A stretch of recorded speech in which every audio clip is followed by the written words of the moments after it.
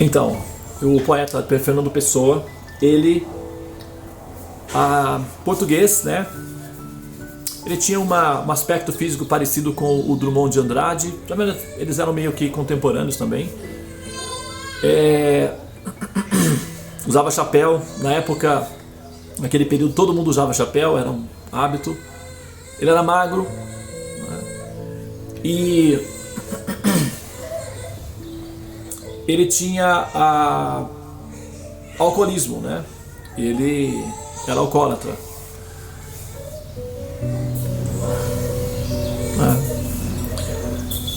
E ele faleceu de alcoolismo.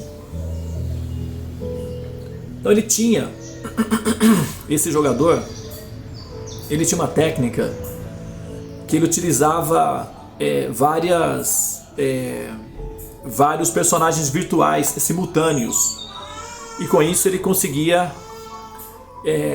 aliviar a pressão que ele sentia no jogo em si, né? Uma outra forma que ele utilizava, que não deu certo, né? Acabou não dando certo, foi aliviar a pressão com álcool, porque o álcool ele produz um relaxamento, né? Ele relaxa. Na sua primeira instância ele relaxa, então o jogador fica mais leve, digamos assim. Só que como o jogo ele é contínuo, ele não para, né, quando o jogador está relaxado, então o jogador ele experimenta uma sensação de ausência do jogo.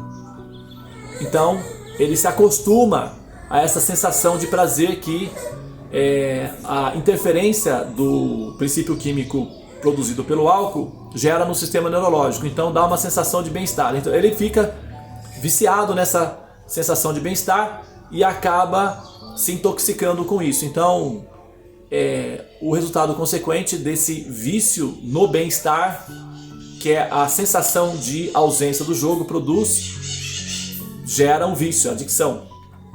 E normalmente essas adicções costumam ser fatais, né? E o jogador então acaba assim, preso na fase e morre. Depois tem que renascer para dar sequência. Foi mais ou menos isso que aconteceu com o João Pessoa. Então,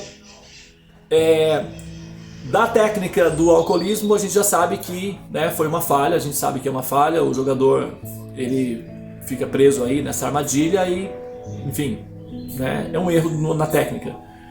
Com relação a outra técnica, que é a produção simultânea de vários personagens virtuais, essa é uma técnica que, na verdade, ela é uma repetição do programa base. Quer dizer, o próprio universo ele gera uma multidão de personagens, né? Esses personagens, o que acontece? Eles ficam em stand-by, né? Eles ficam numa situação em que os personagens eles são formas, ok? Como os personagens eles são programas, basicamente é uma redução da velocidade da matemática, ou seja, todos os corpos na sua estrutura fundamental é produzido a partir de um conjunto de criptografias, que é o que nós chamamos de matemática. Então, esses corpos eles são virtuais, eles são formas, tá? Essas formas, elas podem ser utilizadas pelos diferentes jogadores, tá? Os jogadores são num número imenso, as formas são num número imenso também. E os jogadores trocam de formas de acordo com a didática que está sendo aplicada sobre o jogador naquele lapso do tempo, naquele momento, né? Então tem lá a forma Devananda, que basicamente é um programa virtual. Então o personagem fica disponível. Eu sou jogador, ok? Estou equivalente com a formatação Devananda, ok? As duas coisas se encaixam, eu passo então a vivenciar o Devananda. E o programa, que é o Ahankara, ele vai então pressionar a mim, enquanto consciência, a fazer a amalgamação ou amalgamar, não é, com o personagem. Então vai haver uma simbiose com o personagem. Quando eu passo a tomar consciência de mim enquanto existência, eu me deparo com o Devananda, né? E aí eu passo a acreditar que sou ele. E é assim que funciona o Ahankara, o programa, né? Ele vai gerar um efeito sobre o jogador, e o jogador então ele passa a pensar a si mesmo enquanto o personagem que ele está vivendo. Isso assim, do ponto de vista da psicologia, isso seria o equivalente de uma esquizofrenia, tá?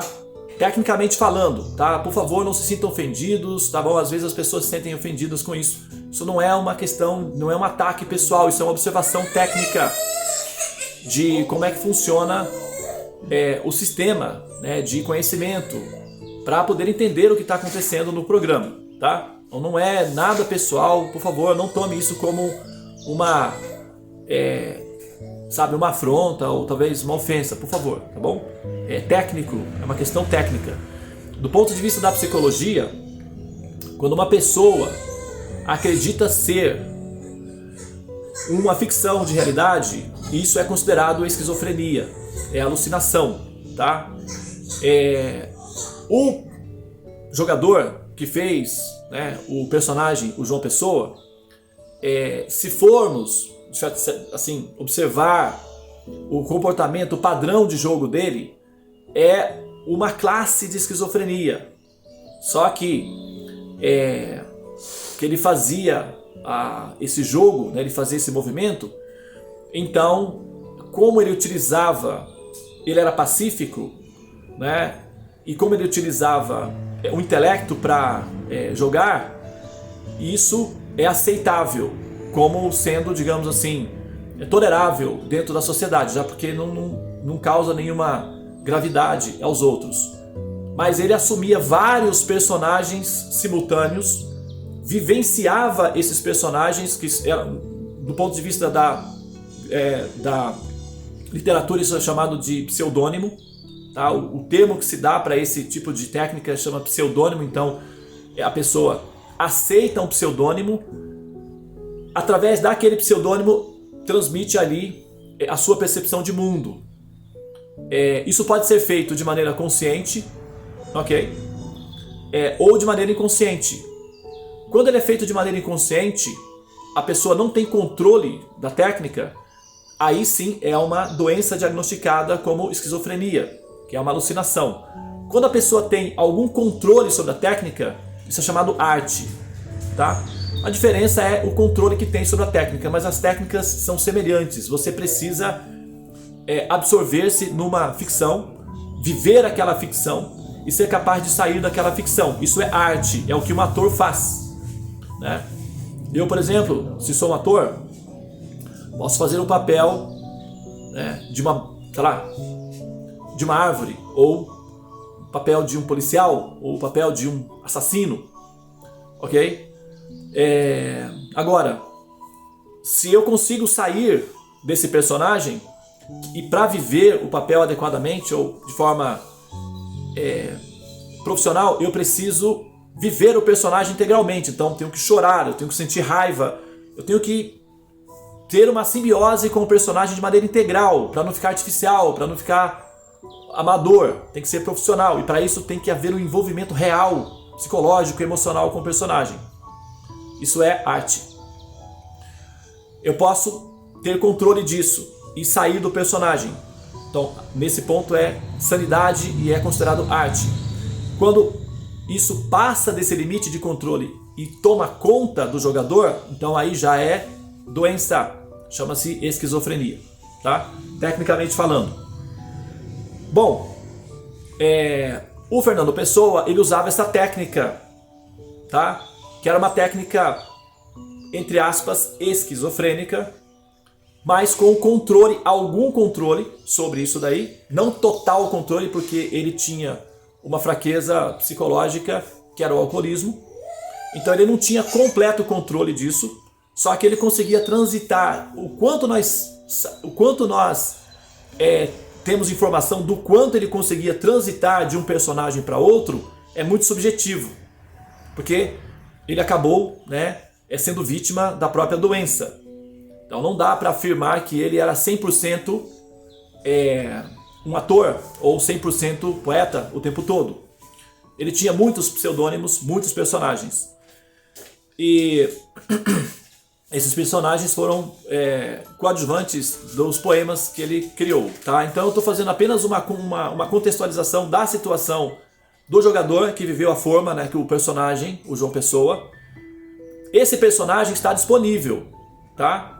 Outros jogadores podem viver esse personagem também. Por exemplo, vamos supor que eu quero muito ser o João Pessoa ou semelhante ao João Pessoa. O personagem está disponível, porque o personagem, ele é um, assim, por exemplo, só para dar uma facilitada aqui, tem lá o personagem do Romeu e Julieta, tá? Eu sou um ator, e eu vou viver o papel do personagem Romeu, tá certo? Lá na Finlândia tem outro ator vivendo o papel do Romeu. No sudoeste da Austrália tem uma outra peça de teatro, um programa de televisão que tem outro ator que é completamente diferente de mim, que está vivendo o papel do Romeu. Então são 3 pessoas em situações, em posições geográficas diferentes, simultaneamente, no mesmo planeta, que vivem simultaneamente o mesmo personagem, que é uma ficção, que é virtual. Isso é possível, né? Acontece.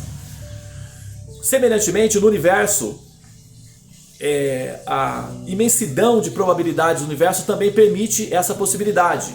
Vários jogadores jogando um único personagem simultaneamente em diferentes pontos do universo. Então, eu não sou o único jogador que joga o personagem Devananda. O personagem Devananda é disponível. Ele pode ser utilizado. Ele é um programa do governo. Ele é um pacote do governo, do universo. Então, ele é disponibilizado para o jogador. O jogador joga o personagem e ele faz o que pode com o personagem, progride através do personagem ou não, mas o personagem tem um pacote de progresso, todo personagem tem um pacote de progresso disponível. O jogador precisa acessar esse pacote de progresso e progredir. Se ele não progride, tudo bem, né? Tem outros personagens, tem milhões, infinitos personagens. O único desconforto é ficar morrendo constantemente com personagens de carbono. E a técnica é adquirir progresso suficiente para não ter mais que assumir personagens de carbono. Mas os personagens são formas previamente organizadas. Inclusive a teoria da relatividade geral prevê isso daí. Tá? O passado, o presente e o futuro estão amalgamados e acontecem simultaneamente. Então todos os personagens possíveis já são previamente calculados pelo programa, que é o próprio universo em si, que é uma máquina de projeção.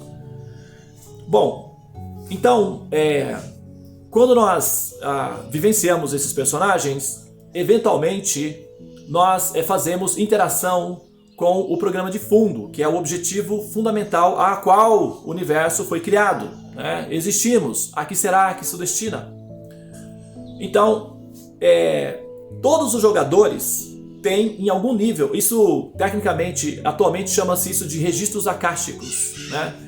É comum mencionar isso como registros acásticos. Todos os jogadores têm algum nível de acesso aos registros dos personagens, que são os registros dos infinitos personagens, das infinitas probabilidades de personagens possíveis no universo. E o universo é muito vasto, então as probabilidades são praticamente infinitas.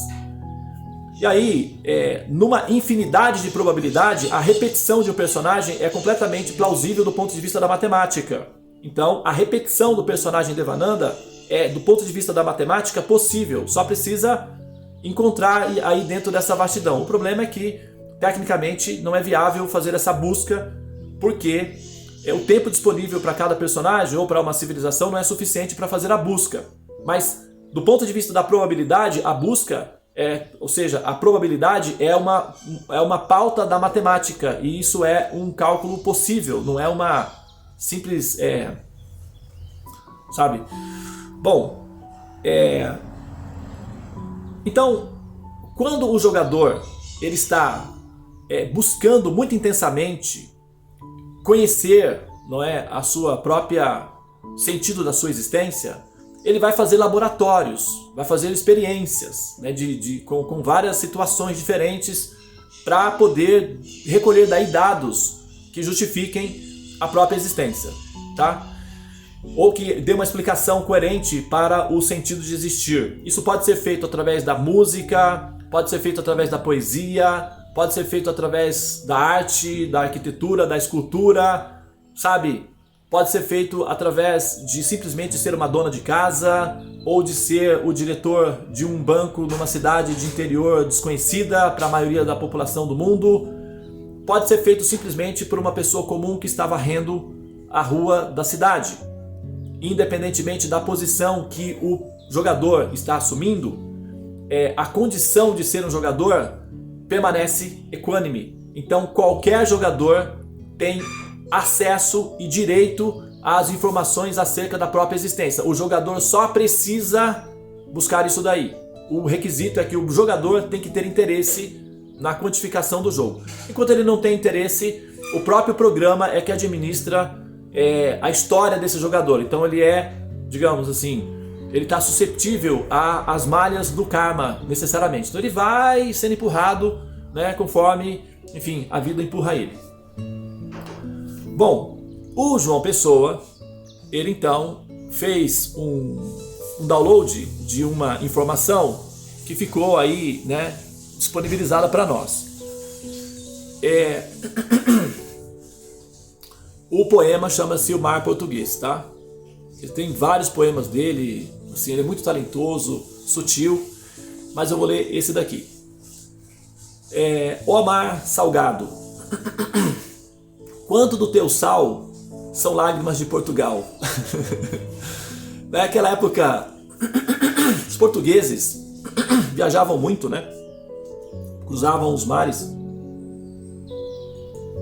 E muitos dos marinheiros morreram nessas viagens. Muitas mães, muitas mulheres choraram por conta disso. Ó mar salgado, quanto do teu sal são lágrimas de Portugal. Por te cruzarmos, quantas mães choraram, quantos filhos em vão rezaram, quantas noivas ficaram por casar, para que fosses nosso, ó mar. Valeu a pena? Tudo vale a pena, se a alma não é pequena. Quem quer passar além do bojador, tem que passar além da dor. Deus ao mar o perigo e o abismo deu, mas ele é que espelhou o céu. Olha, sabe,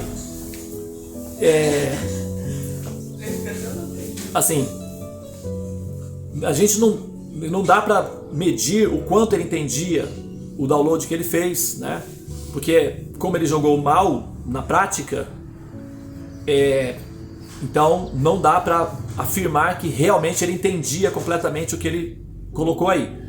Mas claro que do ponto de vista intuitivo, sutil, evidentemente que a gente admite, né, que ele, né, sabia alguma coisa do que ele estava falando. Mas quando a gente pega, por exemplo, o filtro do conhecimento védico e coloca sobre essa informação, a gente vê que ela transcende ao João Pessoa, evidentemente, né, está muito além da condição de controle do conhecimento do jogador em si. A palavra, deixa eu pegar aqui, quem conhece o significado da palavra bojador? Quem consegue passar aí? Consegue fazer uma pesquisa rapidinho aí, só pra gente colocar isso? Você consegue, Gandiva? Verificando aqui. Bojador. Bojador, que ou que faz o volume de um corpo aumentar, de modo a formar bojo. Que o que confere forma bojuda a um corpo. Seria uma coisa assim gordinha, né? Bom. Aqui, ó, tem um negócio interessante aqui. A gente pode. Isso é a tradução literal, mas a gente pode entender aqui como margem, né? Como limite, né? Então, tá dizendo aqui, ó, o significado de passar além do bojador nas primeiras décadas do século XV é ultrapassar a barreira que, segundo a tradição grega, era o limite máximo para navegar sem o perigo de ser atacado por monstros marinhos, permitindo aos navegantes portugueses atingir a costa da Guiné. Ou seja, a criança que quiser conhecer o bairro tem que abrir o portão e sair dele, né? Existem perigos lá fora, né? O homem do saco, sabe? Tem tantos perigos, mas em algum momento a criança, né, precisa, né, se arriscar e para conhecer, né, explorar o campo ao redor, o bairro, né, a rua. Ele vai precisar, assim, romper a relação, né, de medo com a mãe e vai precisar, de fato, né, se arriscar gradualmente, né? Tem perigos? Tem. Olha lá. Quanto do teu sal são lágrimas de Portugal? Ou seja, quantos morreram, né? Agora, valeu a pena? Tudo vale a pena se a alma não é pequena. É claro que se a gente vai fazer uma etimologia da alma sendo pequena, não procede, porque a alma, você não pode medi-la nesse nível, né? Em termos da sua... O que acontece é que o jogador pode ter uma consciência limitada. A alma permanece sempre consciente, ela é sempre plena, ela é sempre perfeita, ela é parte integrante do Supremo. O que acontece é que a consciência é coberta e ela então fica presa num certo nível de condicionamento. Então nesse sentido é que a gente entende essa afirmação aí, tá? Agora, quem quer passar além do bojador, ou seja, nós temos os nossos limites religiosos, nossos dogmas, a nossa religião já está tudo direitinho, está tudo arrumadinho, está tudo perfeitinho, a gente vai, se sente calmo e está tudo certo e Deus está lá cuidando de nós e Ele vai fazer tudo direitinho, se alguma coisa der errado a gente vai, chama a atenção dele, escuta, o que você está aí, tá vendo tudo e fica aí parado com cara de viado que viu Catinguelê. A gente vai lá na igreja e reza, reclama e chora e aí fica tudo bem novamente. E essa relação, tudo certinha, bonitinha, formatadinha, dá uma sensação de segurança dentro da cerquinha. Autoconhecimento exige um risco, ou seja, jogar-se para além dessa configuração confortável psicologicamente, né? E descobrir que de repente aquilo que você pensava ser você é um personagem que é um pacote do programa do universo que está disponível para você jogar com ele momentaneamente, produz algum tipo de desconforto, porque aí você pode expandir esse conceito para além de você, para aqueles que estão ao seu redor, e expandir isso para a humanidade toda. Dá uma vertigem, dá um desconforto, é melhor não pensar nesse assunto, é melhor considerar que essa informação é uma especulação, é uma invenção mental e voltar ao normal, porque aí fica tudo mais confortável. Essa é uma vantagem, dá uma sensação de estar confortável. A desvantagem é que a realidade é que você vai precisar continuamente de novos corpos de carbono e você vai continuar viciado, né? Nós vamos continuar viciados nesse conforto psicológico de que está tudo arrumadinho, tudo direitinho, basta rezar que tá bom, né? Porque até o poema menciona aqui quantos filhos em vão rezaram, né? Ou seja, nós precisamos necessariamente olhar para além da margem. Nós precisamos nos movimentar para além da margem, tá? É verdade que causa um desconforto, mas assim como Deus, né, ao mar o perigo e o abismo deu, mas nele é que espelhou o céu, ok? O céu é o limite para aqueles que se arriscam a buscar o autoconhecimento, né? Ele estava tentando, né? O jogador estava tentando buscar esse autoconhecimento. Faltava a ele uma estrutura, que é uma bússola apropriada, ou um equipamento apropriado para cruzar esse oceano, né? O mar, quando ele olha para o mar, na verdade, ele está, evidentemente, né, a metáfora dele, ele está olhando para o caminho da própria existência que ele está fazendo, ou das existências todas, né, que ele viveu e que também existiam ao redor dele, tá? Ou seja, nós estamos diante de um mar que é o desconhecimento acerca da nossa existência. Nós temos uma opção: ficar quietinhos no nosso território ali, daquele conforto, ou então aquele que quer passar além do bojador, ou seja, aquele que deseja o autoconhecimento propriamente dito, e não o autoconhecimento que é uma psicologia positivista de autoajuda. No autoconhecimento propriamente dito, ou seja, compreender a diferença entre o eu e o personagem, e assim manter uma certa sanidade sobre essa condição psicológica da alma na sua relação com o seu personagem, que é, do ponto de vista técnico, novamente, lembrando, uma esquizofrenia. Do ponto de vista existencial, se trata de uma esquizofrenia existencial, porque nós, ao nos acostumarmos a pensar em nós mesmos enquanto os corpos materiais, isso identifica que a nossa condição não é de sanidade, já que nós estamos acreditando ser algo que pode ser, inclusive, cientificamente e matematicamente demonstrado que não é real. Isso não é uma questão de opção de entendimento, não é uma interpretação, não é a maneira como eu, Devananda, entendo, não é a forma, cada um tem um caminho, cada um tem uma forma de entender, cada um temos que respeitar os diferentes caminhos, não tem nada a ver com isso. Isso é completamente diferente dessa... Nós estamos diante de um fato, que é uma informação objetiva, que não tem como ser simplesmente colocada no campo da aleatoriedade, como se fosse conjecturações aleatórias ou devaneios da humanidade, né? Já que são coisas difíceis, de certa forma, de serem aprendidas, então a gente joga tudo lá para o canto lá dos devaneios e fica como sendo... Só que o que acontece é que isso é artificial, não vai funcionar por muito tempo, né? Nós temos aí uma condição real de informação que nós estamos lidando com uma realidade que é uma simulação, um holograma. E isso foi criado para um propósito. E esse propósito tem uma definição muito clara. A alma é um ser transcendente. É um ser que existe com a finalidade contínua de absorver-se plenamente no seu estado original de Ananda, que significa bem-aventurança, e ter uma condição contínua de existência no seu estado eterno de existir, que é uma das qualidades intrínsecas da alma. Portanto, morrer não faz parte do programa definitivo para a existência da alma. E se isso não está correto, alguma coisa está incorreta, ou seja, a nossa posição no momento está incorreta.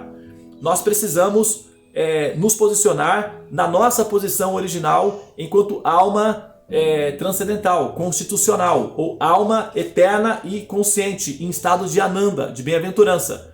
E a situação logística da experiência com o mundo material não é definitiva, portanto, também não é real. Aqueles que quiserem ir para além desse limite de existência têm que passar além da dor, que significa vivenciar essa experiência de desconforto, né, intelectual. É necessário doer um pouco os neurônios, ou seja, ficar pensando, juntando as pecinhas, mas escuta, faz sentido, e isso e aquilo, sabe? Buscar verificar se essa informação procede do ponto de vista da coerência ou se é simplesmente uma alucinação minha ou a alucinação dos Vedas. Então aí você precisa ser muito completo para definir que os conhecimentos védicos estão errados. Não tem problema, é possível fazer essa afirmação, você só precisará sustentar isso com conhecimento coerente, não apenas com vaidade humana. Não está correto por quê? Porque eu sinto que não está correto. Não tem nada a ver com isso. É preciso de haver coerência filosófica e consistência de pensamento e de racionalização para demonstrar que as afirmações védicas estão erradas. O mundo material é uma simulação e nós não somos os corpos. Essa é a orientação básica. E quem quiser ir além da experiência limitada do corpo terá que realmente se lançar ao mar. E será que vale a pena? Bom, de acordo com o jogador, tudo vale a pena se a alma não é pequena. Então vamos nos unir ao Supremo, que é uma alma infinita, e isso vai nos dar a dimensão real da nossa existência enquanto almas. E como nós não somos pequenas, nós somos infinitas, por sermos partes integrantes do Supremo, então vale a pena transcender. e vale a pena esforçar-se por conhecer. Isso significa que você vai precisar ser tolerante para ouvir esses conhecimentos, seja ele através de mim ou de outra pessoa. Às vezes uma pessoa não é simpática, não é agradável, não é digerível, pode ser o meu caso. Então esse conhecimento está sendo falado pelo Devananda, mas ele não é muito simpático, ele não é digerível, ele é contundente, rabugento e tal. Ok, deixa quieto. Mas isso não significa que o fato de eu ser eliminado no paredão do Big Brother da sua existência elimina a informação. Isso é uma ilusão, entendeu? Essa informação é uma informação. Não tem como desconsiderar essa informação do ponto de vista da autorrealização. Então, essa informação você terá que colher. Seja comigo, né, que estou passando, ou com outro. Não tem problema. Existem vários outros jogadores que também estão tentando colocar as peças em ordem. Eu sou um deles. Existem outros. E você pode angariar e procurar outros jogadores que possuam a coerência suficiente para jogar o jogo do ponto de vista objetivo. Eu não sou o único. Tem outros. Mas aqueles que quiserem e ter tolerância suficiente para continuar ouvindo, né, esses conhecimentos através de mim, e não são meus esses conhecimentos, são os conhecimentos védicos, vai acabar entendendo exatamente aquilo que eu entendo também. Isso permitirá que você possa conjecturar no âmago do seu coração a experiência real de amor por Deus. Tá? Então, vale a pena. Vale a pena. Tá? No final, vale a pena. E isso você vai precisar chegar pelo menos na metade do jogo para frente para entender a validade disso daí. Na base, na situação canista, de que não, não dá para entender. É preciso pelo menos chegar na metade do jogo. Da metade para frente já consegue perceber. Da metade para trás, qualquer conjecturação que for feita contrária a esses ensinamentos védicos, como se houvessem... Sim, existem vários caminhos, existem várias possibilidades, mas para passar da metade do jogo para frente não tem vários caminhos não tem tantas possibilidades assim não, viu? As possibilidades ficam bem reduzidas. Então, a variedade de caminhos, a infinidade de caminhos só existe na primeira fase, que é a fase básica, a fase embrionária, a fase canista. Do meio do jogo para frente, as questões técnicas eliminam várias das possibilidades que não são consistentes para continuar o jogo do ponto de vista da explicação fundamental da existência. E qualquer paradigma, qualquer grupo filosófico que afirme ser este mundo objetivo e real, não passa da segunda fase, não passa para a segunda fase. Infelizmente, isso não é culpa minha, o universo foi criado assim, isso são leis que nós estamos entendendo como é que o universo é criado, isso parte de um criador, o absoluto, então não é nada pessoal, não tem nada assim que possa ser usado contra mim ou contra qualquer pensador, ou rishi, ou sábio védico, que possa desautorizar esse pensador. Tá? Isso não é nossa responsabilidade. Nós estamos transmitindo um conhecimento que vai além da condição humana de entendimento no momento. São os Vedas. Tá? E a afirmação védica é muito clara em colocar o universo como uma simulação. E qualquer sistema religioso, sistema filosófico, qualquer sistema de paradigma político que seja, que parta do princípio de que esse mundo é real, não passa da segunda fase para a segunda, fica na primeira. Aí na primeira fase, vários caminhos, todos os caminhos são um, tudo dá certo, tudo é amor e tal, vamos juntar as mãos e tal, tudo vale. Na primeira fase. Da segunda em diante, não é assim não. Mudam as regras do jogo, tá? Bom, então é isso, pessoal. Eu não quero estender mais do que eu já estendi aqui, tá? São 8 horas e 16 minutos. Eu comecei, né, eu sinto muito, né? Não consegui hoje, eu peço perdão novamente. Amanhã eu conseguirei, amanhã será um novo dia. Mas não tem revolta, não. Amanhã será um novo dia, tenho um sonho em minhas mãos. Peninha é o nome dessa canção, é linda, sugiro, tá? Muito bem, se alguém quiser fazer algum comentário rápido, para a gente poder encerrar aqui. Eu falei durante 34 minutos, tá?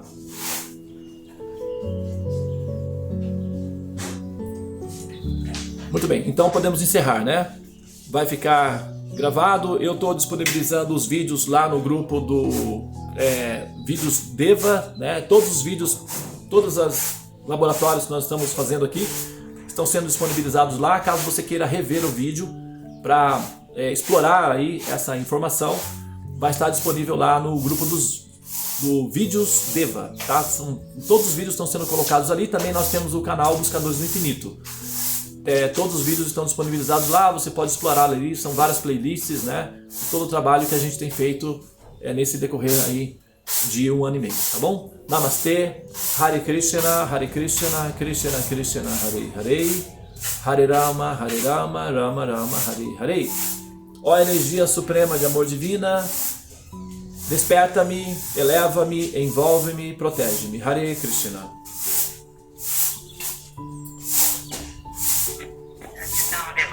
Bom dia a todos.